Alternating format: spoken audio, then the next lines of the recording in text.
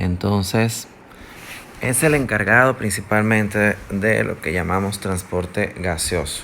O sea, el aire que fluye a través de él, pues entonces contiene un elemento vital, que es el oxígeno, y también el desecho de su metabolismo, que es el dióxido de carbono.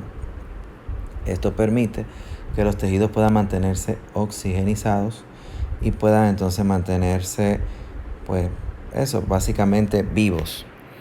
El sistema respiratorio inicia con lo que es la cavidad nasal, sigue entonces una pequeña porción a través de la faringe, luego entonces la laringe, tráquea, bronquios con todas sus divisiones y los pulmones, que es donde se hace este intercambio gaseoso.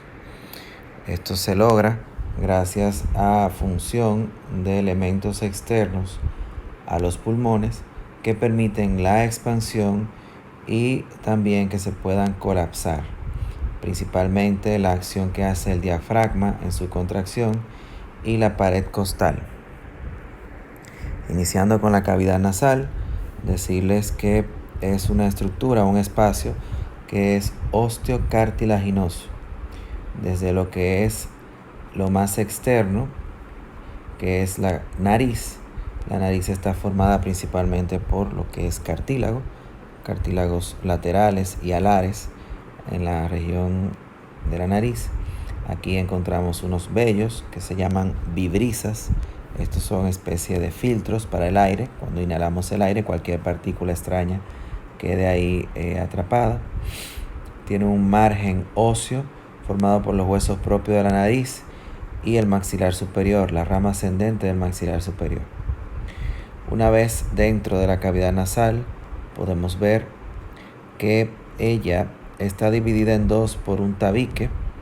Ese es el tabique o septo nasal, que está formado principalmente por cartílago, por el hueso vomer y por parte de un hueso del cráneo que se llama etmoides. Anexo y alrededor de la cavidad nasal tenemos unos espacios que están llenos de aire y moco, que es lo que se llama senos. Estos senos se llaman senos paranasales y principalmente su función es aligerar el peso de la cabeza y humectar el aire que inhalamos. La cavidad nasal entonces dividida en dos mitades, que son las fosas nasales o coanas. En su interior también tiene unos salientes óseos que se le llaman cornetes. Cornete superior y medio, que es propio del etmoides, y el cornete inferior, que es un hueso independiente de la cara. Los cornetes sirven también de filtro. Cuando inhalamos el aire, ¿verdad? El aire no entra de manera laminar, sino que se hace turbulento, y de igual manera cualquier partícula pesada al aire queda atrapada ahí y es eliminada por el moco. Esta cavidad nasal precisamente está cubierta por un epitelio cilíndrico, ciliado, el cual produce moco, y ese moco va a través de los cilios, va expulsando cualquier partícula que ahí entonces esté de manera extraña. Justamente en el techo de la cavidad nasal encontramos los filetes nerviosos del nervio olfatorio que recorren el estímulo del olfato. La cavidad nasal entonces se continúa con la faringe. La faringe es un órgano que vamos a describir tanto en la cavidad, en el sistema respiratorio como en el sistema digestivo, ya que es un conducto aerodigestivo. Es como un cilindro al cual le falta la pared anterior, y esta pared anterior es hueca porque continúa la cavidad nasal, la cavidad oral y el área de la laringe.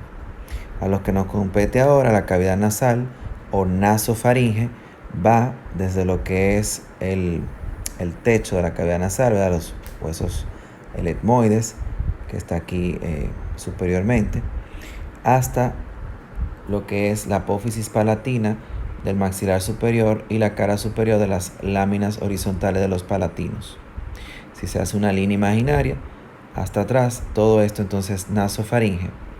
Aquí en esta nasofaringe encontramos una formación linfática, ¿verdad? Glandular, que son las amígdalas, que sirven de protección para también nuestra defensa, eliminar cualquier partícula extraña. También aquí encontramos el agujero de la trompa de Eustaquio, de la tuba auditiva, que es un conducto que va desde el oído hasta la nasofaringe y permite equilibrar lo que son las presiones atmosféricas con la presión interna de nuestra cabeza. Cuando nosotros bostezamos, por ejemplo, que nos suenan los oídos, es precisamente por esto. Y también hay una formación amigdalina alrededor de ella, que se llama así amígdala tubárica o amígdala de Gerlach, y también es una línea de defensa para nuestro cuerpo. Ahí mismo aprovechando, probablemente seguro se lo voy a mencionar en la boca, en lo que es la orofaringe, que es el segmento medio de la faringe, también hay una amígdala que se llama amígdala palatina, y entonces la lengua también tiene otra amígdala, amígdala lingual. Todo este sistema de amígdalas forma un anillo que lo describió una persona apellido Waldeyer, y por eso ese anillo se le llama anillo de Waldeyer. Es un tejido, un conjunto de tejidos de defensa sabiamente colocados o ubicados en esa parte, ya que esa es la entrada a nuestro organismo de todo el exterior. Entonces ahí es una línea de defensa bastante importante. Entonces el aire fluye, desciende. También la orofaringe puede servir de transporte de aire, por ejemplo, cuando a veces tenemos la nariz ocluida por gripe, por mucosidad, o que sencillamente estamos respirando voluntariamente por la boca. Entonces este aire pasa a través de la orofaringe, que va entonces desde el límite que dijimos en la nasofaringe, es decir, desde lo que son las apófisis palatinas del maxilar superior y la lámina horizontal de los palatinos, hasta lo que es el piso de la boca o la base de la lengua. Entonces el aire también puede entrar por ahí, solo que este aire no pasa por los senos y el tejido respiratorio, que hace que el aire pueda ser más húmedo. El aire que entra a través de la boca es más seco. Entonces el aire luego pasa hacia la laringe, que es un conducto respiratorio, y también entonces la porción más inferior de la faringe. Aquí vemos otra imagen como de la faringe, la nasofaringe, orofaringe, y ya entonces la faringe se continúa con la laringe a través de la laringofaringe.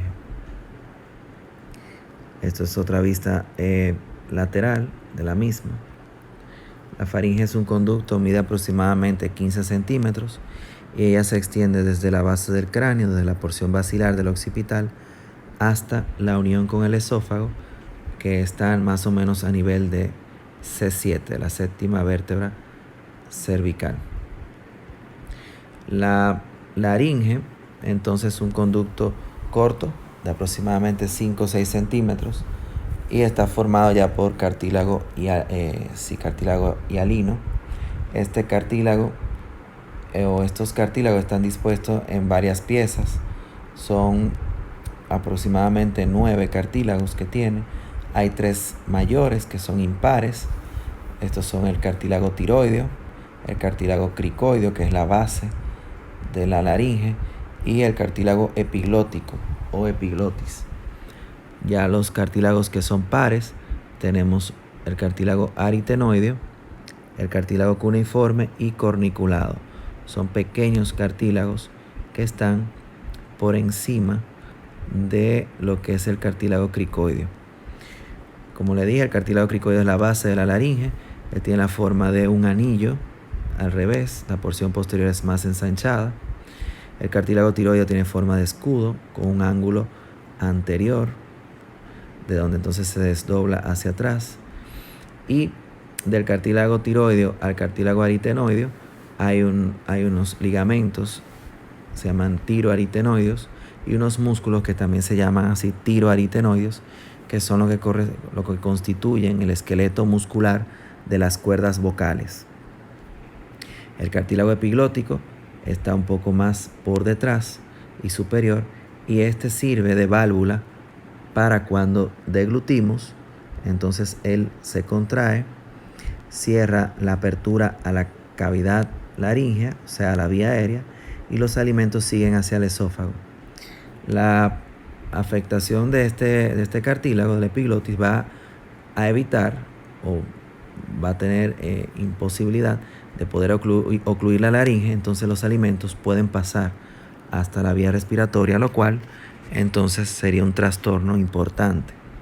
Aquí ustedes pueden ver cómo están los ligamentos tiroaritenoides y los músculos tiroaritenoides que realmente hacen el esqueleto y el movimiento de las cuerdas vocales. La tráquea es un conducto también cartilaginoso, se extiende desde la laringe. La laringe termina aproximadamente a nivel de C6 y desde C6 la tráquea se dispone hacia abajo hasta T4, hasta la cuarta vértebra torácica. Mide aproximadamente unos 15 centímetros y está compuesto por unos anillos interrumpidos en número aproximado de 16 a 20. Esto es un corte superior, transversal, como se ve aquí, de un segmento de la laringe donde se ve que el cartílago está interrumpido por detrás y está continuado por una membrana, la membrana traqueal posterior, que la divide la tráquea, la vía aérea del esófago. Entonces la tráquea se dispone hacia abajo, a nivel más o menos de T4, termina en un cartílago en forma de Y que se llama carina, y la carina entonces da paso a los bronquios principales derecho e izquierdo.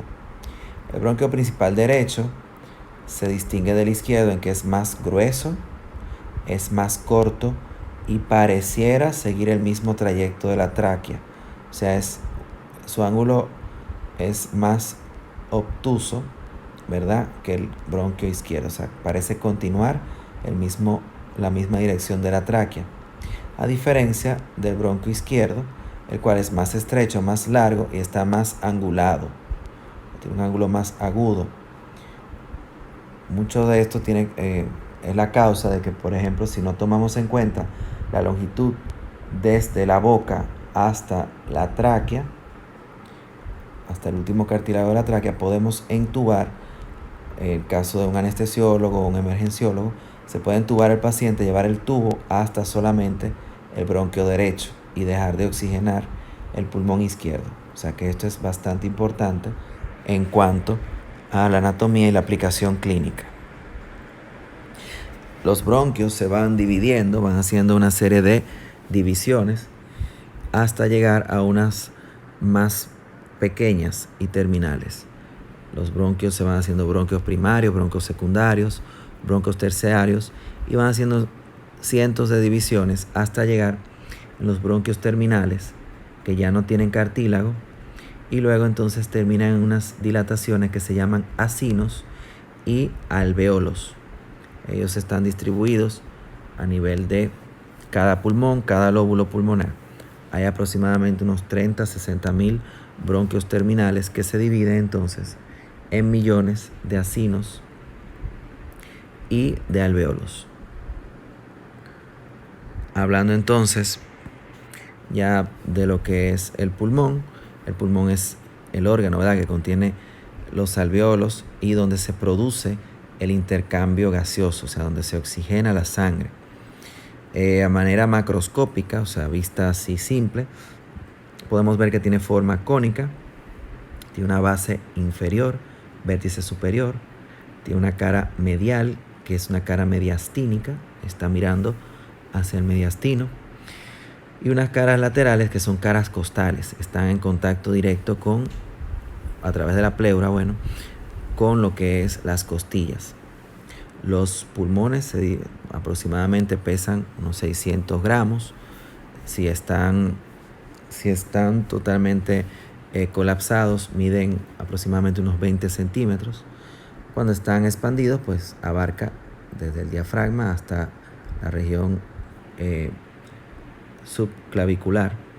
El bronquio derecho se distingue del izquierdo en que tiene 3 lóbulos: lóbulo superior, lóbulo medio y lóbulo inferior, dividido por cisuras. La cisura horizontal separa el lóbulo superior del medio y la cisura oblicua separa el medio del inferior. El pulmón izquierdo tiene solamente 2 grandes lóbulos, un lóbulo superior y un lóbulo inferior, separado por una cisura oblicua. Y del pulmón izquierdo parte un pequeño saliente que se llama língula pulmonar. El lóbulo de la língula, que viene siendo como si fuera un lóbulo atrófico o más pequeño que lo que corresponde a ser el lóbulo medio en el pulmón derecho. Si vemos un corte microscópico ya del tejido pulmonar, lo que vamos a ver es esto: un pequeño anillo, aproximadamente de 200 micras de diámetro, que es el alveolo. El alveolo, entonces, es un área hueca, ventilada, donde el aire que respiramos se transporta y lleva el oxígeno para ser entonces drenado a través de las arterias. O sea, las arterias se pueden oxigenar a este nivel. Es llevada, o sea, ya serían las venas pulmonares, traen la sangre oxigenada, como le dije entonces en el tema del corazón, hacia la aurícula izquierda. Aquí vemos entonces 2 tipos de células: el neumocito tipo 1 y tipo 2. El tipo 1 es una célula de sostén, está a nivel de la pared alveolar, sirve para el intercambio gaseoso. El neumocito tipo 2 produce una sustancia que se llama surfactante, que es lo que hace que el alveolo se mantenga dilatado, se mantenga abierta. Un trastorno en el surfactante, de no tener surfactante, el alveolo se colapsa y no se va a producir ningún intercambio gaseoso. Usted puede ver entonces cómo la división más pequeña de los vasos sanguíneos, los capilares, están presentes ahí en la membrana alveolar para producirse, vuelvo y repito, el intercambio gaseoso. Aquí se puede ver, esos serían acinos alveolares con los alveolos y cómo los capilares venosos y arteriales llegan hasta ahí. El pulmón está entonces relacionado por delante, a los lados, por detrás, principalmente por lo que son las costillas, en la línea media con el corazón. Recuerden que el pulmón es el límite lateral del mediastino y entonces la periferia del pulmón está cubierta por costillas. Las costillas, que es parte también del esqueleto axial, tiene un extremo posterior que está unido a la columna.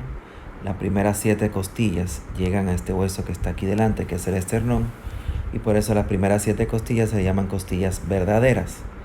A partir de ahí, la octava, novena y 10ª costilla, que está aquí en azul, llegan al cartílago de la 7ª costilla, las 3 por un cartílago común, por eso se le llaman costillas falsas, porque no tiene una articulación directa al esternón. La 11ª y la 12ª costilla son o no se articulan con ningún hueso por delante y por eso entonces se le llaman costillas flotantes.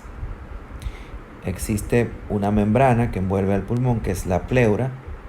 La pleura es una capa cerosa que tiene dos folios.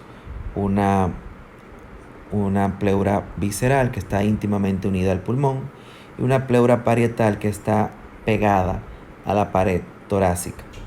Entre ambas entonces hay un espacio casi virtual donde hay una pequeña cantidad de líquido y donde esas hojas pleurales se deslizan en los movimientos de la respiración.